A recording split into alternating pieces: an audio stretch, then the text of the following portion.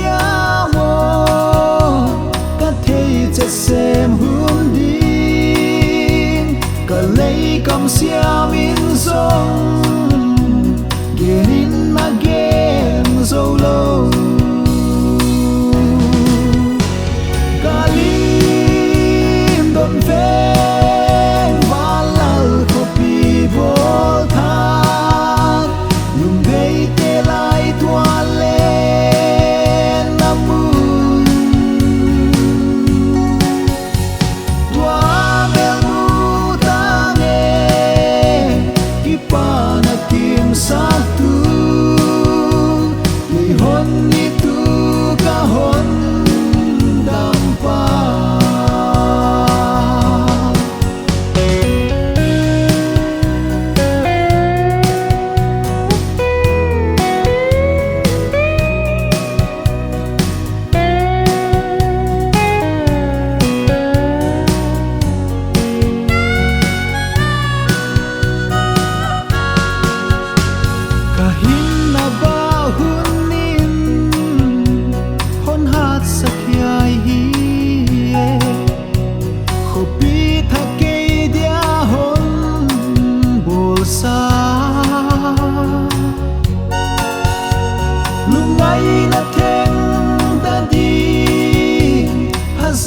yang siana te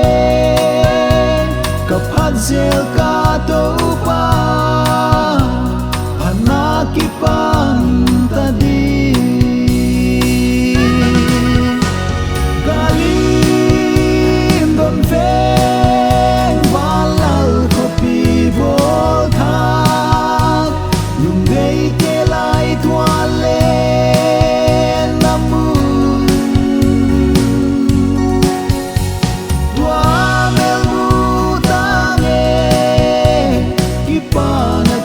satu lihon itu kahon dampa kalim don fe valal kopi volta yung day te lai toale namun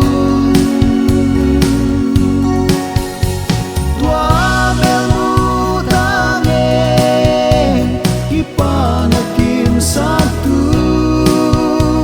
lihon itu kahon